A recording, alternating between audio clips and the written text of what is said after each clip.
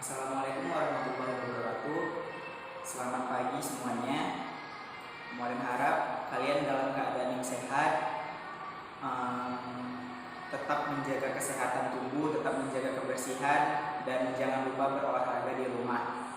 Mualim harap kalian juga memahami untuk tidak begitu sering keluar rumah apabila tidak begitu diperlukan, untuk menghindari pandemi ini, COVID-19 ini, coronavirus. Semoga kita semuanya dalam keadaan sehat dan semoga keadaan ini dapat kembali normal. Kita dapat bertemu kembali, kalian dapat datang ke sekolah, kita dapat melakukan kegiatan belajar dan mengajar seperti biasanya. Amin, amin ya robbal alamin. Oke, hari ini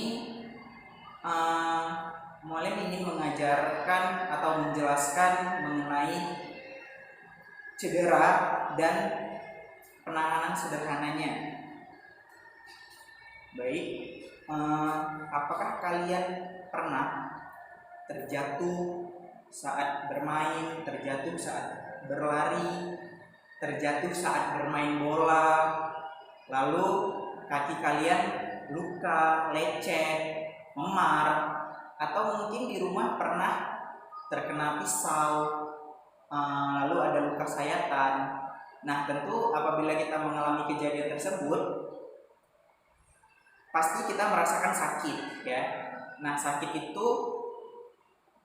itulah yang dinamakan cedera, ya, cedera. Jadi hari ini kita akan belajar cedera.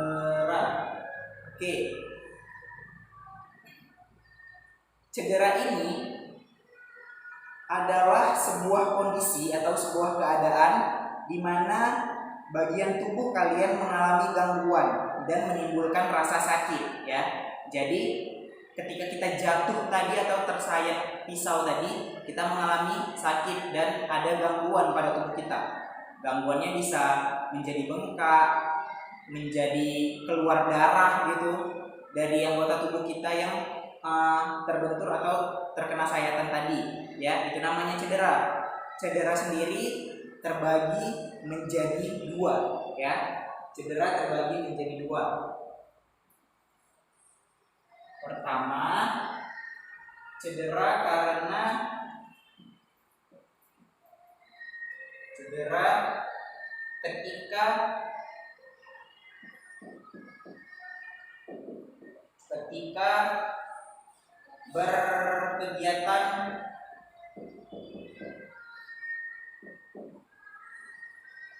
berkegiatan olahraga,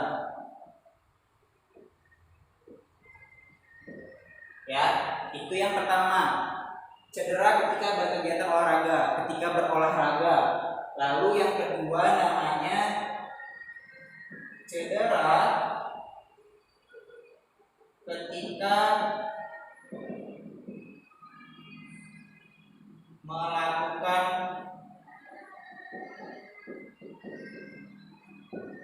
kegiatan sehari-hari.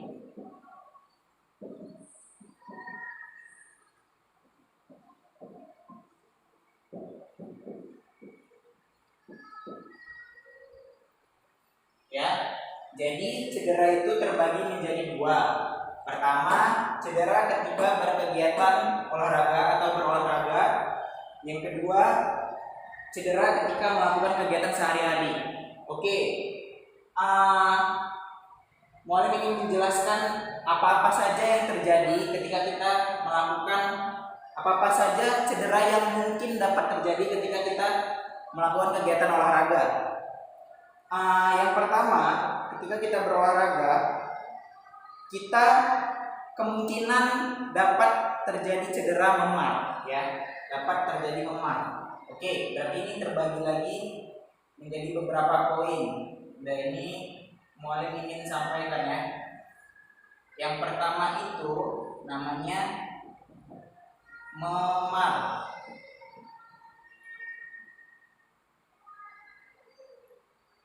Lalu yang kedua cedera otot,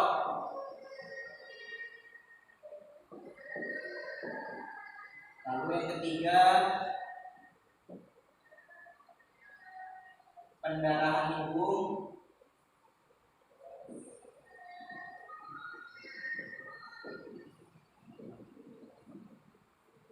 dan yang keempat kehilangan kesadaran.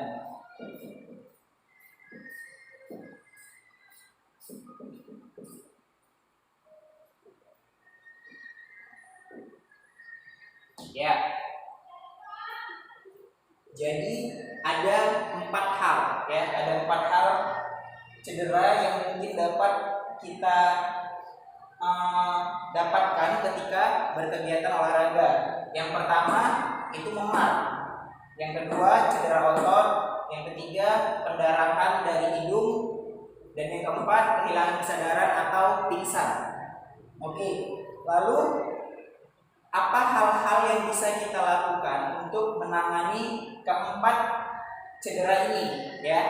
Mulai akan menjelaskan yang pertama, yaitu memar.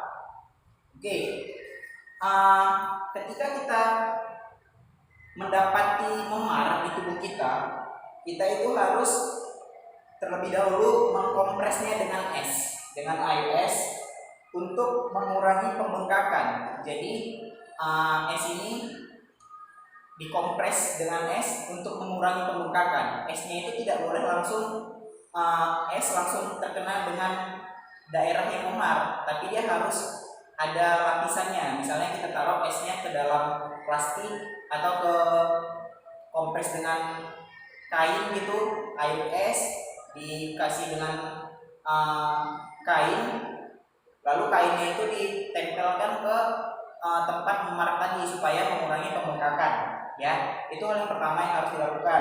Yang kedua,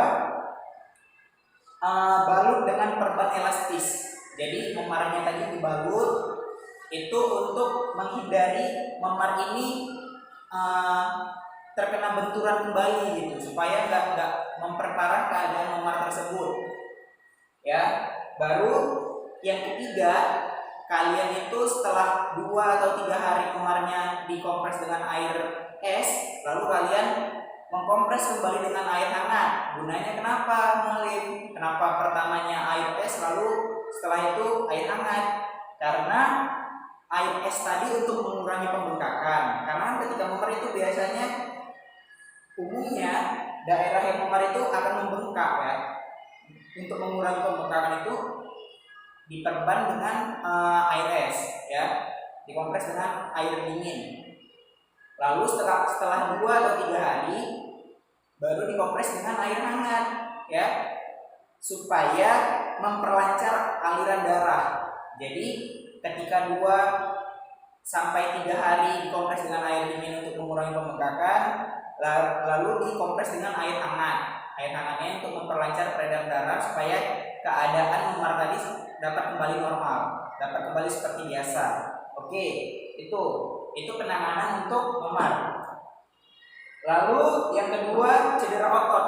Cedera otot ini kalian cukup mengkompres dengan air hangat, supaya kalau cedera otot ini kan biasanya kaku, tidak bisa digerakkan, itu karena ototnya itu seperti terjepit atau ada tekanan berlebih di otot tersebut. Itu harus dikembalikan ke posisi normalnya dengan cara mengkompres dengan air hangat ya, memperlancar aliran darah di daerah cedera otot tersebut, seperti itu. Oke, yang ketiga ya, yang ini pendarahan hidung. Jadi ketika kita berolahraga, kita mungkin saja keluar darah dari hidung, itu namanya pendarahan dari hidung ya. Hal-hal yang harus kita lakukan itu penanganan sederhananya, yang pertama kita harus duduk dengan tegak ya, harus duduk dan tidak boleh berbaring, jangan berbaring. Kalau kita berbaring, darahnya ini bisa masuk kembali, itu nggak baik, dapat memperburuk keadaan. Jadi kita harus duduk dengan tegak, lalu menunduk, ya, lalu menunduk. Menunduk ini supaya itu tadi menghindari darah ini untuk masuk kembali gitu. Lalu yang ketiga, jadi pertama duduk dengan tegak, jangan berbaring. Yang kedua menunduk, yang ketiga tekan pangkal hidung, ya. Tekan pangkal hidung kalian untuk agar darah ini tidak terus-terusan keluar. Jadi dia harus ditekan supaya tertutup daerah hidung kita supaya nggak keluar lebih banyak darahnya. Tekan pangkal hidung selama 10 sampai 15 menit. Lalu kalian bernafas dari mulut, ya. Hidungnya kan ditutup tadi. Lalu selanjutnya kompres pangkal hidung dengan kompres dingin, ya. Setelah ditutup selama 10 sampai 15 menit, kompres pangkal hidung ini dengan air es, dengan air dingin untuk memperlambat pendarahan supaya darahnya ini tidak terus-terusan keluar gitu. Ketika dilepas tekanan di daerah pangkal hidung, dikompres dengan air es, air dingin, dan dia nggak keluar lagi darahnya dari hidung, ya, seperti itu. Oke, kita ke yang nomor 4, kehilangan kesadaran atau pingsan. Nah, hal-hal yang harus kita lakukan ketika kita melihat teman kita ada yang pingsan atau kehilangan kesadaran. Pertama, kita harus memindahkan teman kita tersebut ke lokasi yang aman dan nyaman, gitu. Ya, misalnya di tempat kita berolahraga panas gitu, ya, di lapangan terbuka ada teman kita yang pingsan, kita harus menggotongnya ke tempat yang aman dan nyaman. Lalu yang kedua yang harus kita lakukan adalah posisikan tubuh teman kita yang pingsan ini terlentang dan naikkan kakinya lebih tinggi sekitar 30 cm dari dadanya supaya aliran darah ini dapat kembali ke otak gitu. Oke, itu yang kedua. Yang ketiga, ketika kita memposisikan terlentang dan menaikkan kakinya, kita harus melonggarkan pakaian teman kita yang sedang pingsan ini supaya dia lebih mudah untuk bernafas, supaya dia lebih nyaman. Pakaiannya tidak begitu ketat gitu, jadi harus dilonggarkan, ya. Lalu penanganan selanjutnya adalah ketika teman kita ini sudah sadar, kita kasih dia minum air manis, ya. Biasanya kita kasih teh hangat, teh manis hangat gitu. Ini gunanya untuk meningkatkan gula darah dan mengembalikan energi dia dalam tubuh gitu, mengembalikan energi teman kita yang pingsan tadi. Jadi kita harus memberikan minuman-minuman manis seperti itu, ya. Oke, jadi itu keempat cedera yang mungkin dapat terjadi ketika kita berolahraga, ketika kita berkegiatan olahraga. Nah, cara-caranya tadi, penanganan sederhananya tadi, mohon harap bisa kalian mengerti dan kalian ingat, ya. Oke, kita ke cedera ketika melakukan kegiatan sehari-hari. Nah, ini terbagi menjadi tiga. Kalau yang cedera karena olahraga tadi ada 4. Cedera ketika melakukan kegiatan sehari-hari itu biasanya ada 3, ya. Di sini mulai diterangkan sedikit. Oke, ini yang pertama. Yang pertama itu luka lecet, ya, luka lecet.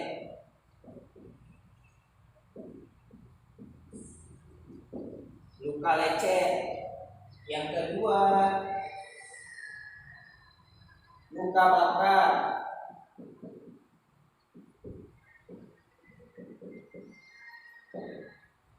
Yang ketiga,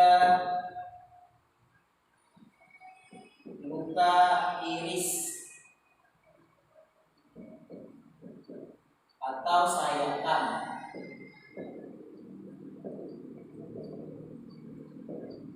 Ya. Jadi ada 3. Yang pertama luka lecet, yang kedua luka bakar, yang ketiga luka iris. Oke, penanganannya seperti apa, Mulim? Penanganannya luka lecet. Kita yang pertama dulu luka lecet. Luka lecet ini misalnya kita terjatuh lalu lutut atau siku kita lecet gitu ya. Ada sedikit luka di situ. Kita harus membersihkan luka lecet itu dengan air mengalir untuk membersihkan kotoran-kotoran atau debu-debu yang tertempel di luka lecet tersebut. Kita harus bersihkan dengan air mengalir. Lalu kita memberikan antiseptik seperti obat merah supaya permukaan lukanya ini tidak kering gitu, tetap lembab dan dia dapat membunuh kuman-kuman juga antiseptiknya ini. Lalu yang ketiga, tutup lukanya tadi dengan kasa steril. Nah, ketika sudah ditutup ini sebaiknya kasanya ini diganti 1 kali sehari gitu supaya dia tetap terjaga kebersihannya, supaya tidak mengundang bakteri-bakteri lain masuk apabila jarang diganti gitu ya. Kita tetap harus menjaga lukanya ini agar tetap bersih, tetap steril seperti itu. Itu penanganan di luka lecet. Yang kedua, luka bakar. Luka bakar ini pertama yang harus kita lakukan itu mendinginkannya dulu dengan air dingin gitu, air mengalir. Kalau nggak ada air mengalir mungkin dimasukkan dulu luka bakarnya ini ke air gitu supaya dia ada rasa dinginnya, supaya didinginkan kembali gitu untuk memperlambat peredaran darah supaya dia kembali normal dulu keadaannya, tidak begitu terasa hangat di dalam ya. Lalu yang kedua, tutup dengan perban. Luka bakarnya tutup dengan perban supaya menghindari apabila terkena dengan benda-benda lain supaya tidak memperparah keadaan luka bakar tersebut. Lalu yang ketiga, minum atau gunakan obat pereda nyeri. Tapi jangan kalian taruh minyak atau yang paling parah biasanya taruh odol ya. Jadi ada luka bakar, taruh odol itu sebenarnya tidak baik. Itu bisa memperparah luka bakar tersebut gitu. Jadi lebih baik dia diperban, minum aja obat-obat pereda nyeri gitu ya. Itu untuk luka bakar. Lalu yang ketiga, yang terakhir, luka iris atau sayatan. Ini kayak tadi Muhammad sampaikan, kalau kalian di rumah terkena pisau gitu ya, jadi ada sayatan, ada sayatan di bagian tubuh kalian, itu pertama yang harus dilakukan adalah tekan luka dengan kasar ya. Jadi supaya tetap steril, supaya kita nggak menyentuhnya asal-asalan pakai tangan kosong, supaya nggak ada bakteri masuk itu. Jadi kita harus pakai kasa, ditekan selama 10 sampai 30 menit. Jadi ini untuk menghindari darah yang keluar dari luka sayatan tersebut. Jadi harus ditutup, ditekan ya. Lalu yang kedua yang harus kita lakukan adalah ketika sudah ditutup, ditekan, bersihkan dengan air mengalir ya. Jadi ditekan, ditutup selama 10 sampai 30 menit, lalu bersihkan dengan air mengalir luka sayatan tadi. Baru yang ketiga, berikan antiseptik. Taruh obat merah, taruh obat gitu, antiseptik supaya penanganan pertama, supaya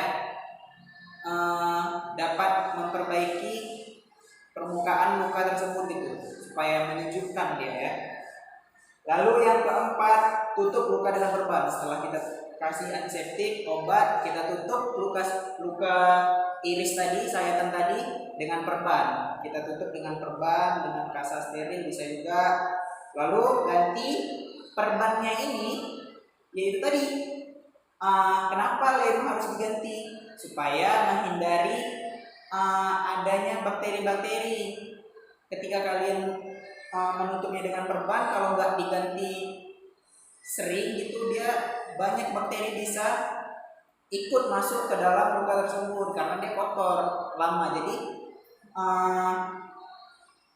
paling nggak digantilah perbannya itu 1 kali sehari gitu ya. Jadi itu cedera tadi ada 2 ya. Pertama, cedera ketika berkegiatan olahraga, lalu cedera ketika melakukan kegiatan sehari-hari. Nah, ini ada hal-hal yang mungkin terjadi, cedera yang mungkin kita dapatkan ketika kita berkegiatan, melakukan sebuah kegiatan.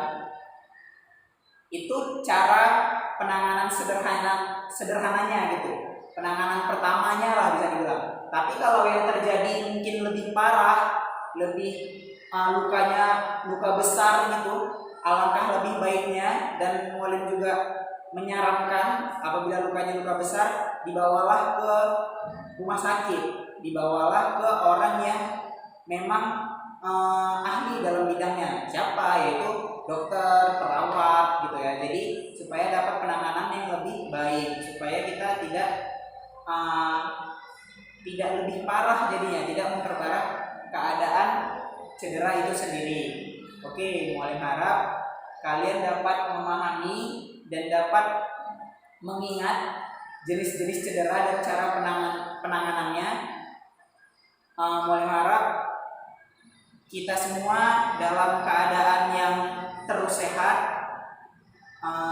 Mualim harap keadaan ini dapat kembali normal.